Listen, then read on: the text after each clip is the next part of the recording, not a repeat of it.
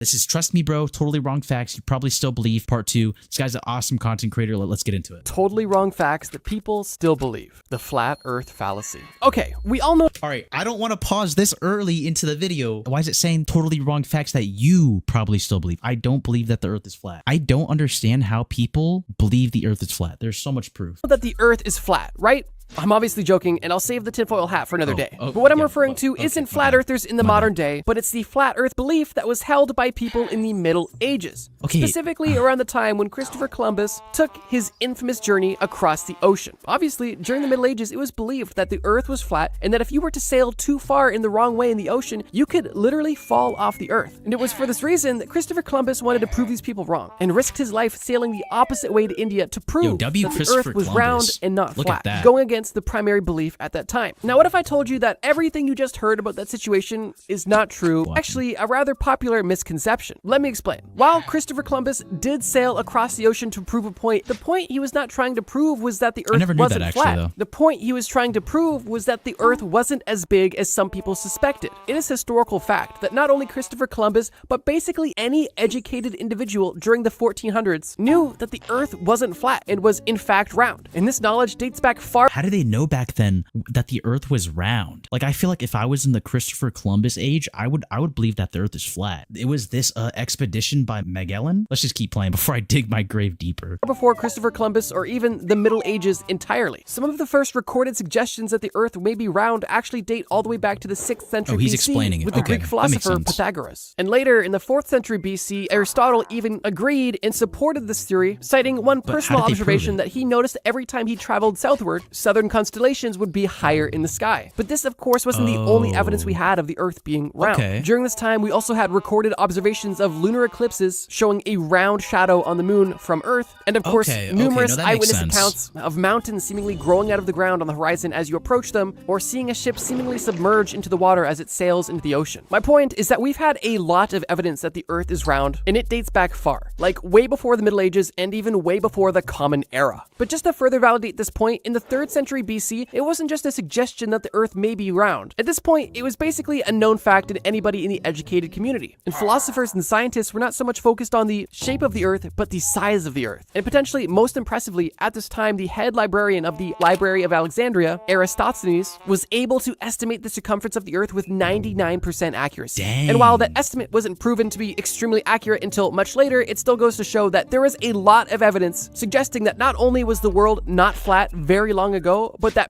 Yo, how do people still believe that the earth is flat when people from 600 BC are freaking proving them wrong? Like, it doesn't make sense to me. People were well aware that the earth was not flat. Which brings us back to our original point. No, Christopher Columbus did not think that he was potentially going to fall off the world, and nobody who was educated or even slightly paying attention thought that either. And while seemingly flat earthers have existed in every era of history, they're as ridiculous today as they were back in 1492. Now, this next wrong fact I want to mention isn't even a wrong fact at all. It's honestly just a shocking truth. Did you know that basically all cloud storage services use your files to train AI and sell your data? That is, besides today's video sponsor. Well, like I mentioned earlier, Columbus didn't believe the mainstream theory of how big the earth was. And his goal with the support from Queen Elizabeth was not to prove that the earth was round or not to see what was beyond the edge of the earth, but to potentially quick and efficient trade route between Europe and Asia to optimize international trade. And of course, we all know what happened from there on out, and well, here we are. So yeah, the suggestions from people in the Middle Ages believing the earth was flat are actually modern misinformation, with this myth being brought to the mainstream in the 1700s and 1800s. And unfortunately today, stick figures on the internet still need to undo all of this misinformation. But in case you wanted a real misconception that was believed during the Middle Ages, I'll give you one. A lot of people during this time suspected that the sun rotated around the earth. That was until Nicholas Copernicus came around. Wait, guys, the earth rotates? Yeah, no, the earth rotates around the sun because the sun is bigger, right? It has like the gravitational field. Around and suggested that maybe the earth rotated around our sun. And he did so not with observable evidence, but with a mathematical model that was not only hard to argue, but was eventually proven true. The Mount Everest myth. If learning that the earth is actually round blew your mind, then this is about to shatter it. Everybody and their grandmother's grandmother knows that Mount Everest is by far the tallest mountain in the entire world. But what if I told you that actually wasn't the case. What? Now, before you think I'm lying, let me just confirm that yes, Mount Everest has the highest peak above sea level. Oh, he's going to talk about like, what do you call it? The Mariana Trench.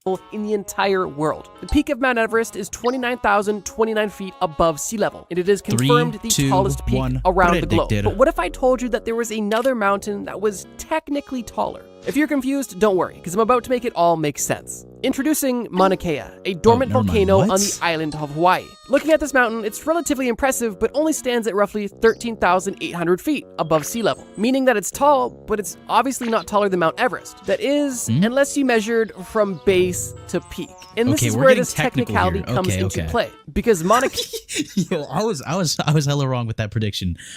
I've never heard of this mountain before. Like, if this is like basic information, why has nobody said this? Kea is kind of like an iceberg, and there's a lot more than meets the eye. Specifically, the 20,000 feet of mountain that exists under the ocean. That's right. Unlike Mount Everest, the base of Mauna Kea is submerged deep underwater. And it's for that reason that while from base to tip, it is technically taller than Mount Everest due to the fact that most of it is actually underwater, it will unfortunately never claim the title of tallest mountain simply because it has a pretty significant disadvantage of existing in an ocean. It's almost like you were 6'5" and you went to a tall guy competition. But in order to compete, you had to stand in a 5-inch hole, meaning that you were only 6 foot. And while the person you were competing was standing on flat ground and was only 6'1" tall, well, guess what? This other guy is technically taller than you. Yeah, so I actually have a story.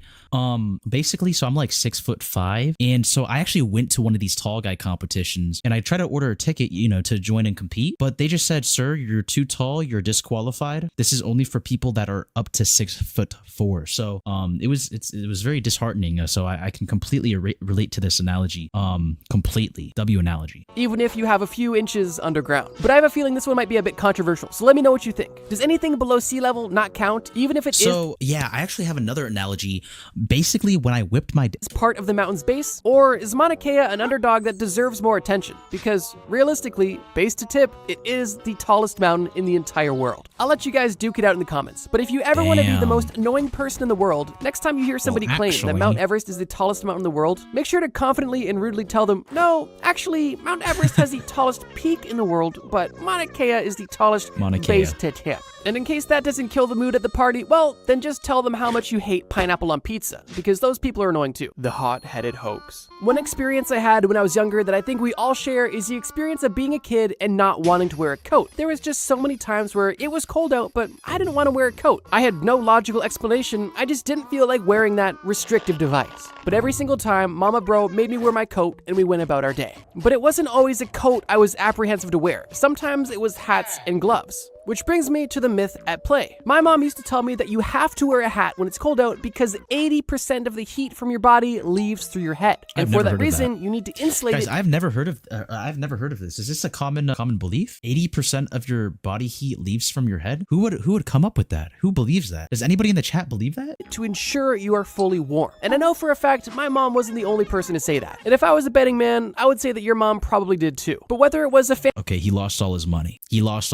My mom never said that. Family member or a loved one or a friend or even just a news article, the reality is this. Your head is not some elusive chimney that is dead set on lowering your body's core temperature. But before we use facts to completely debunk this myth, let's actually trace back the origins of it. And it's not that long ago. The most commonly accepted origin of this myth dates back to the 1970s in a US Army survival manual, where in that survival manual, it claims that covering your head is a necessity in the cold because, quote, 40 to 45% of body heat is lost from the head. And while you think a US Army survival manual would be a relatively reputable source for this sort of information, this is one thing they got wrong. But at this point, you might be asking yourself, where did they even get this number or this theory? How did they come up with 40 to 45% of your body heat being lost through your head? And well, those roots date back to the 1950s, where the US military was doing tests on volunteers dressed in Arctic survival suits and were exposed to bitterly cold conditions. And the point of this test was to see where the body was losing most heat in these suits to better help optimize them. And during this flawed analysis, one thing that the scientists realized was that,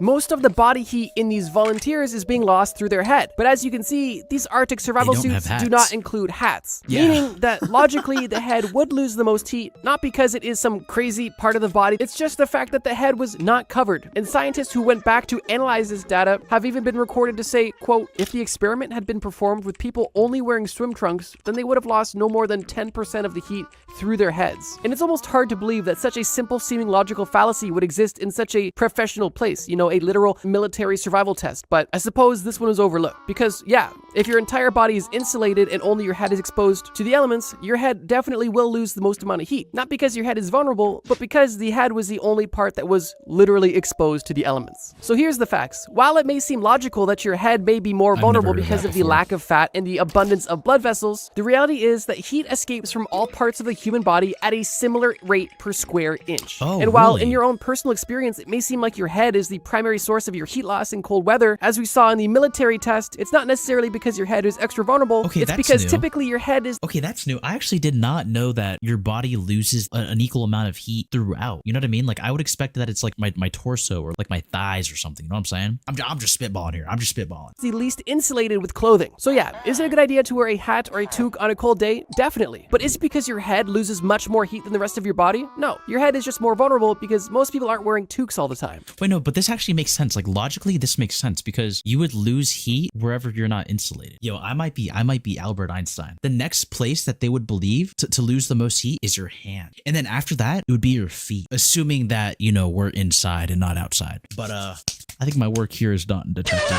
And even if you are wearing a toque, it's very unlikely that you're insulating your head like you're insulating your chest, because you could put on a coat and insulate your entire torso. But unless you're wearing a balaclava and ski goggles, your head is always going to be less insulated. No, but the thing is, your face now, look at that. There's a gap here, so your face here will also be less insulated. Guys, am I cooking? Am I cooking? Sorry, I might be burning the kitchen a little. Not biologically, but by choice. The cold conundrum. Okay, since we're already on the topic of cold weather and stuff your mom told you, I figured this would be the perfect follow-up. And the follow-up in question is the interesting fact that you can get sick from being exposed to the cold. Yeah, that's 100% logically, true. it makes sense. It's called a cold, you get it from being cold. What else is there to question? That is logical fact. But what if I was to be so bold to suggest that it wasn't the cold weather that was directly causing flu season to affect people? And I know it may sound blasphemous to your grandmother, but going outside without a hat or with wet hair isn't going to cause you to catch pneumonia. So what's the real scoop? Well, for starters, it's proven that you can't get an infectious or viral disease simply from being exposed to cold temperatures. However, you can get hypothermia, but that's different. So why do seemingly so many people catch colds or the flu as soon as the seasons start to change? There has to be something to it. And the fact of the matter is, there is something to it, but it's a lot more than meets the eye. You see, just because you don't develop a flu upon first contact with the cool breeze doesn't mean that there's not factors at play that cause the typical flu season. And while temperatures getting cooler may be the most obvious and seemingly it's really one of the least. And some of the more unlikely culprits are the following. Firstly, reduced vitamin D levels, because as winter approaches, people are spending less time outside, the sun is seen less in most parts of the world, and as a result, your vitamin D levels are below what they should be. On top of this, during cooler months, overall air humidity is lowered, and it has been proven that lower humidity can increase your risk of rhinoviruses. And thirdly, rhinoviruses are typically spread through direct person-to-person contact, or by inhaling small droplets in the air, which is that's gross. what it is. But these things can only take place when you're coming in contact with people, typically in an enclosed environment. And during colder months, we typically spend more time inside, meaning that there's more risk of exposure. And when you combine all three of these factors all happening at the same time, it's not really hard to understand how more people could be more susceptible to diseases at a certain time of year. So what he's saying, guys, if you guys aren't picking up what he's putting down, causation does not equal correlation. You know what I'm saying? So just because it's cold and people get sick does not mean that's the cause. There's a correlation due to these events that happen due to the fact that it is cold outside. Am I spitting right now? Am I spitting?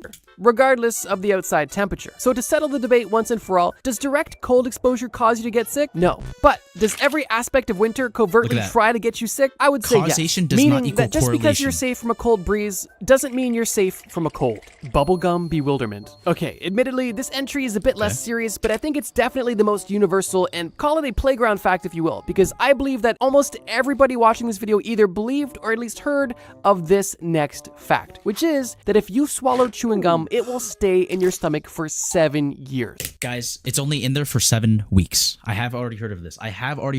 It is actually only in there for 7 weeks. Trust me, bro. Take it away. Or, you know, some variation of that. And if you've ever heard this, well, I'm about to give you the full scoop. And if you still believe this, well, I'm about to blow your mind. Obviously, because I'm talking about this in this video, the gum does not stay in your body for 7 years. It actually stays in your digestive system for over 20 years. That is a joke. It does not at all. You see, it is true that gum is indigestible. Your body can simply not break it down and process it. But that does not mean that your body can't pass it through. And believe it or not, you probably eat a lot of things that your body can simply not digest. And if you don't believe me, well, two popular examples are corn and sunflower seeds. And don't even get me started on indigestible fibers. Keep in mind, your body is resilient. And just imagine all the stuff that our ancient stomachs had to deal with. And just think about all the things your body had to deal with when you were a kid. You know, swallowing Lego and eating Polly Pocket pieces. Or possibly even shoving those light bright things up your nose. Regardless, your body in one way or another is able to deal with pretty interesting situations. It is for that reason that gum in your digestive tract, at least on rare occasions, is not a concern. But it does in fact differ from— Wait,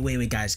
I don't think I'm picking up what he's putting down. Where did that copper penny go? Am I like infused with like the copper penny now? Am I like one set more? Never mind, bro. Never mind. I'm just gonna keep on playing. Standard digestion. Let me explain. In the context of normal food items, there is a 3-step process that every food must go through before it can be digested. First, your food must be chewed. In this chewing process, not only breaks down food, but also increases its surface area, which is directly beneficial for the next step of the process, which is actually executed by your saliva covers these small pieces of food, and with its now increased surface area, your saliva's enzymes are able to break it down even further. And once the food is properly chewed and salivated, it is then sent to your stomach for the final stage of processing, where your stomach acid turns all of your food into a smooth mush that your digestive tract can easily pass through and absorb nutrients out of. And while this is the process for most foods, gum does not play by these rules at all. For starters, you can chew gum all day long, and the breakdown it's going to experience is minimal. And the vast majority of people will spit out their gum before it'll ever begin to break down into smaller pieces. But even if you did intentionally chew your gum into smaller pieces— So if you're saying, of course, the acid in your stomach melts it down and turns it to dookie.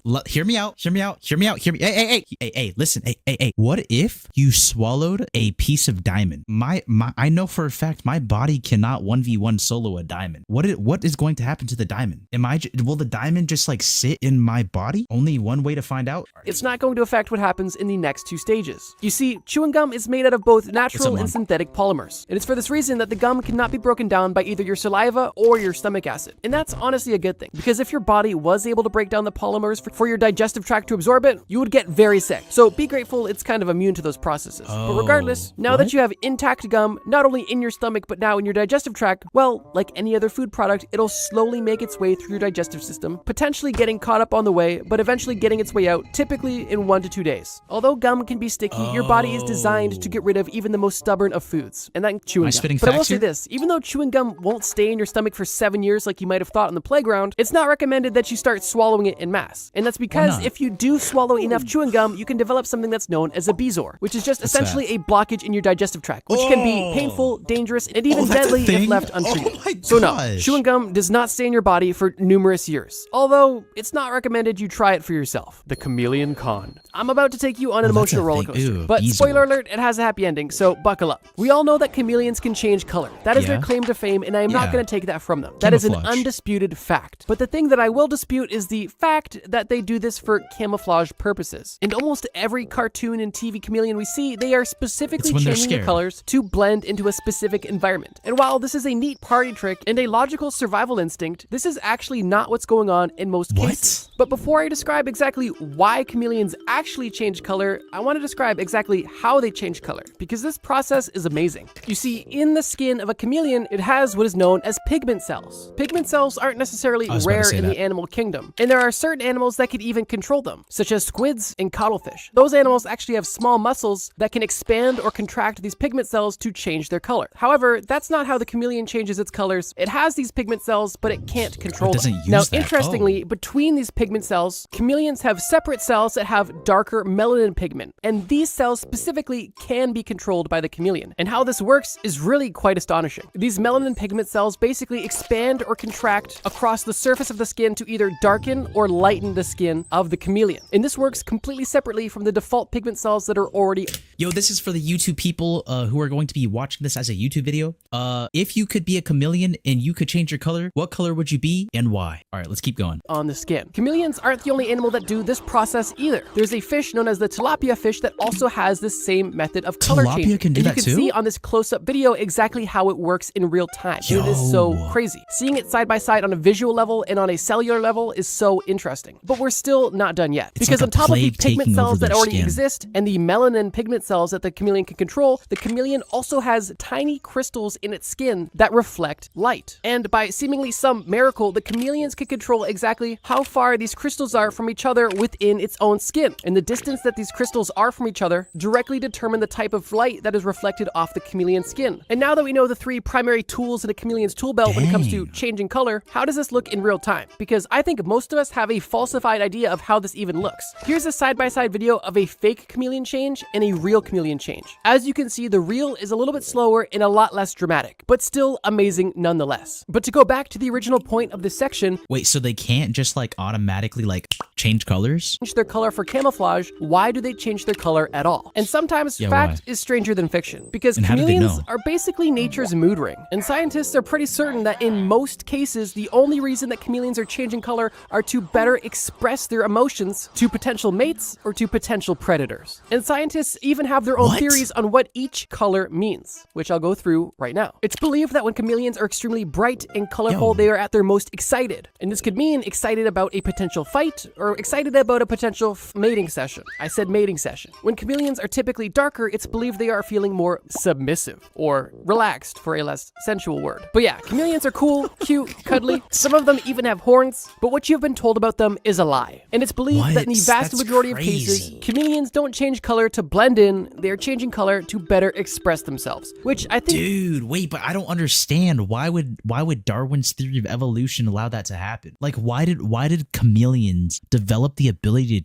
to change color if it doesn't help them with survival? Like, if they even if they didn't have this sort of thing that reveals their emotions, can't they just like talk in chameleon to each other? You know what I'm saying? Like, so they literally get the blues. all right, somebody ban that guy. Is an even cooler reality than what's portrayed. It's like how birds learn to dance. Oh yeah, I've been seeing those birds dancing. Yo, you guys see those birds that just like look like they're like a ballerina, like they just puff up a little bit and they just start like dancing and stuff, hitting a little jig. In movies, cool. But that's just my opinion. The subscriber scam. I think that one common fact most people believe is that if somebody's watching your video, they're probably subscribed to you. But I'm here to tell you that fact is completely advertisement in 3, wrong. And 2, I've got the facts to prove it. 1, YouTube tells me that. Now let's get to our next serious section, the fortune cookie falsehood. Growing up, getting Chinese food was a special occasion, and it was truly one of my favorite special meals. And out of the entire seemingly endless spread that we would order from these Chinese food places, my favorite part of the meal was always the fortune cookie. Obviously a staple in Chinese cuisine, and a long-lasting tradition in Chinese culture, right? The fortune cookie, always served in Chinese restaurants, has to be Chinese. No, bro, like, okay, never mind. It would make no sense any other way, right? I don't want to seem like an expert. I'm just gonna keep my mouth shut. I'm not an expert. And while I agree with that hypothesis, I'm sorry to tell you, but that is not the truth. The fortune cookies that you and I get in modern day Chinese food have almost nothing to do with China whatsoever. And ironically, when the whole fortune cookie craze took over the Western world, companies tried selling fortune cookies in China, marketing them as a American treat, but they were taken off shelves because nobody was interested in them. And I genuinely don't think you can get more ironic than that. But if the paper in cookie tradition doesn't come from China and the cookie doesn't come from China, then who came up with these crazy cookies and why do they sell them at Chinese food spots? Well, I'm going to answer both of those questions. But to be totally transparent, there is no definitive historical source of Chinese fortune cookies. All we have is some more modern accounts and some historical speculation, with the most proven and accepted theory being that Chinese fortune cookies actually originate in Japan. One of the only historical records of modern-day Chinese fortune cookies exist in illustrations from 19th century Japan. And these illustrations show a treat known as Sujiyura Senbei. But these illustrations aren't just a relic from the past, because to this day, you can buy this treat handmade on the streets of Kyoto. And how they make it is the following. Bakers will use iron molds, will grill the dough to a medium firm consistency, and then they will fold this dough into something they call small waffles. And it's during this folding process where they will insert a piece of paper with the fortune and give it its classic curved shape. But admittedly, this Japanese version and the Western version you and I are likely used to eating are not the same. With Sujiyura Senbei, for example, they are larger, darker, and savory. Whereas in the American version, they are sweeter, smaller, and lighter in texture because they are using butter instead of miso in the baking process. What flavor are fortune cookies, guys? I'm pretty sure, I don't know, I thought about this. Every single time I eat some Chinese food, and that's not every day. That's not every day for don't go typing in the comments that, hey, that's not every day. I always thought that fortune cookies were like vanilla flavor. Are fortune cookies vanilla flavor? I need to look that up right now. They absolutely are. They absolutely are vanilla flavor. There we go. But while that is interesting and insightful, it still doesn't answer the question, how did this get into Chinese restaurants in America? And well, the answer is immigration and adaptability. During the 1910s, a lot of Japanese immigrants were landing in California. And with them, they brought their culture, specifically Sujiura Senbei. And while that logically explains why these fortune cookies are in America, why are they in Chinese restaurants? And while this isn't definitively proven, the most commonly accepted answer as of now is a result of Asian fusion food restaurants and America's early on disdain for Japanese food. And what I mean by this is, in the 1910s, a lot of Japanese immigrants were struggling to open authentic Japanese restaurants, specifically because Americans were not too fond of eating raw fish. And because of this, these Japanese entrepreneurs decided that their best next steps were to create Chinese food restaurants, tailoring the dishes to the American palate, specifically giving a sweet treat at the end of a meal. That makes sense. Hence why the American fortune cookie is sweet and the Japanese version is, well, not. I saved this entry for the end of the video because technically it's not fact. There is a lot of working theories about all of the specific origins, and there is not one definitive historical account start to finish of the entire history of fortune cookies. However, what I've told you today is most commonly the accepted version of events. However, you could argue it's not fully known. And well, that's accurate. But I honestly just think the entire history of fortune cookies is just so interesting because it was a Japanese tradition that was brought to America, was extremely popular in America, was brought to China, and failed in China, which is, I don't know, ironic and worth mentioning. And with that, ladies and gentlemen, we are going to conclude our second video about totally wrong facts you probably still believe. If you enjoyed this video, that was actually a W video, trust me, bro. We are already subscribed, actually, so his one fact where he talked about people not subscribing, that is absolutely a wrong fact. We are already subscribed. W video by trust me, bro. Next video.